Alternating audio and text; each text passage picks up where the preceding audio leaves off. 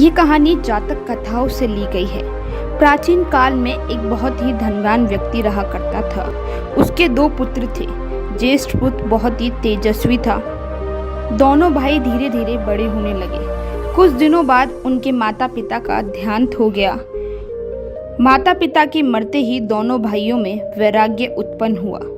दोनों भाई गृहस्थी का त्याग कर ऋषि बन गए और दोनों भाइयों ने गंगा के तट पर एक कुटिया बना ली। बड़े भाई की कुटिया गंगा के ऊपर थी और छोटे भाई की कुटिया गंगा के नीचे, और उन दोनों की कुटियाओं के बीच बहुत फासला था। उन दिनों गंगा में मट नाम का नागों का राजा रहा करता था। वह अपने नगर से निकलकर वहां ब्राह्मण का रूप लिए इधर उधर घूमता रहता था। आसपास के क्षेत्रों में घूमता रहता।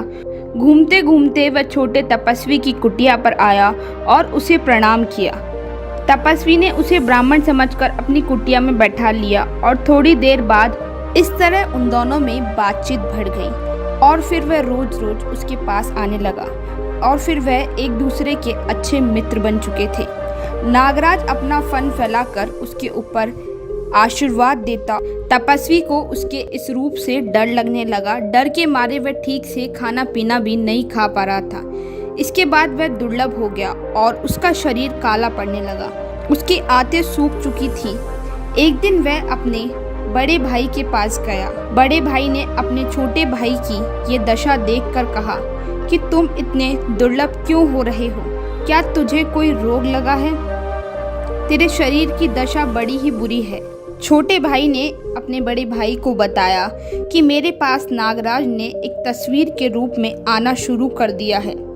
वार्तालाप शुरू होने लगी और वह रोज आने लगा। फन फैलाकर मुझे आशीर्वाद देके जाता है। उससे मुझे डर लगने लगा है और डर के मारे मैंने खाना पीना बंद कर दिया है। उसके डर से मैं सूखता जा रहा हूँ। अपने छोटे भाई की बात सुनकर बड़े भाई ने पूछा, क्या तुम्हें उसका आना अच्छा लगता है? छोटे भाई ने कहा, नहीं। तो बड़े ने पूछा कि वह तुम्हारे पास जब आता है तो वो क्या पहनकर आता है?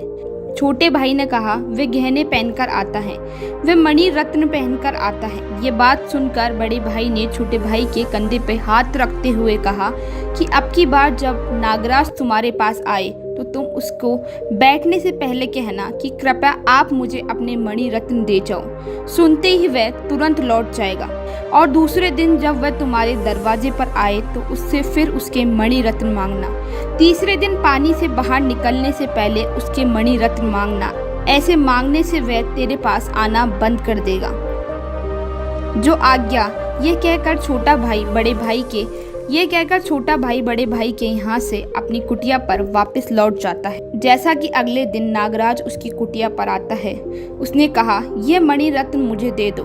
ये सुनकर नागराज वापस लौट गया। अगले दिन नागराज फिर से आया। फिर उसने कहा, ये मणि रत्न मुझे दे दो। आश्रम में प्रवेश किए बिना ही उससे यह मणि रत्न मांग लिए और बिना आश्रम में प्रवेश किए नागराज वहां से फिर लौट गया। तीसरे दिन वह नदी के किनारे खड़ा होकर उसका इंतजार कर रहा था। जैसे नागराज निकला उसने कहा कि यह मणि रत्न मुझे दे दो, आज तो दे ही दीजिए। नागराज पानी में खड़े खड़े बोला कि और तेरा ये मणि रत्न मांगना मुझे दुख देता है। मैं आज के बाद तेरे आश्रम नहीं आऊंगा। इतना कहकर नागराज पानी में डूब जाते हैं और फिर वह कभी वापस नहीं आया। उसके बाद उसका बड़ा भाई उसके घर आया और उसने उसे समझाया कि किसी से किसी की प्रिय चीज मांगने पर उसे तकलीफ होती है। नागराज के साथ भी ऐसा ही हुआ। उसके पास धन की कोई कमी नहीं है। उसने तुझे अपनी प्रिय वस्तु नहीं दी।